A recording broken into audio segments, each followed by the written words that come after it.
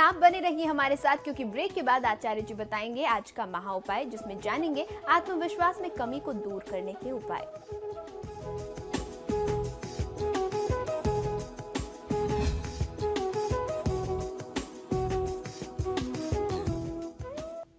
Break के बाद आप सभी का एक बार फिर स्वागत है। चलिए अब बारी है आज के विशेष महा उपाय की, जहां आचार्य जी हमें बताएंगे कि आत्मविश्वास की कमी को कैसे दूर किया जाए। जी आचार्य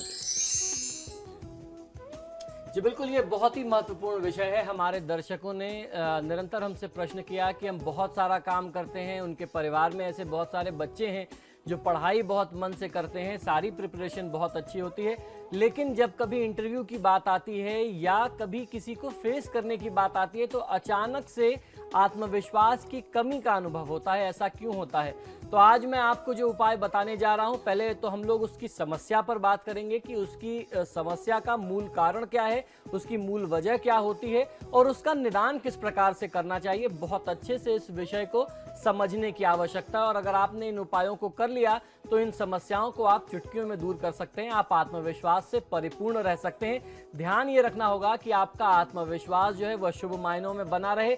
अति आत्मविश्वास भी कई बार घातक हो जाता है। तो इस उपाय को किस प्रकार से करना है आप भली भांति स्वयं अपने लिए अच्छे तरीके से समझ सकते हैं। कई बार किसी व्यक्ति के अंदर आत्मविश्वास की कमी ज्योतिषीय दृष्टिकोण से कई सारे कारण पाए जाते हैं।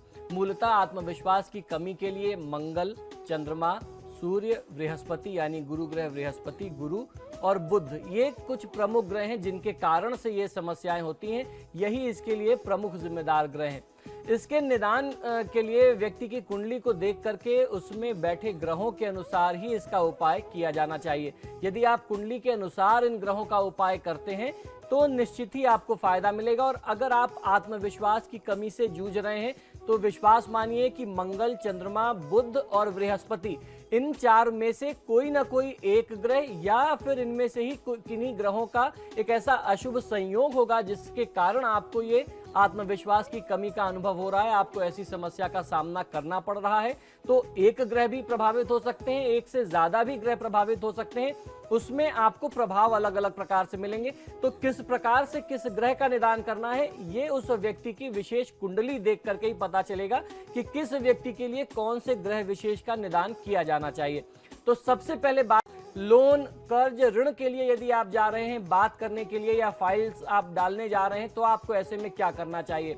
ऐसे में भगवान श्री विष्णु, श्री हनुमान और भगवान श्री गणेश जी का ध्यान और पूजा करके यदि आप घर से निकलते हैं या रास्ते में कोई मंदिर पड़ता है, आप ऐसे करते हुए जाते हैं पूजा रास्ते में, तो आपको बहुत अच्छा फायदा मिलता है, आपके काम होने की संभावना बढ़ जाती है।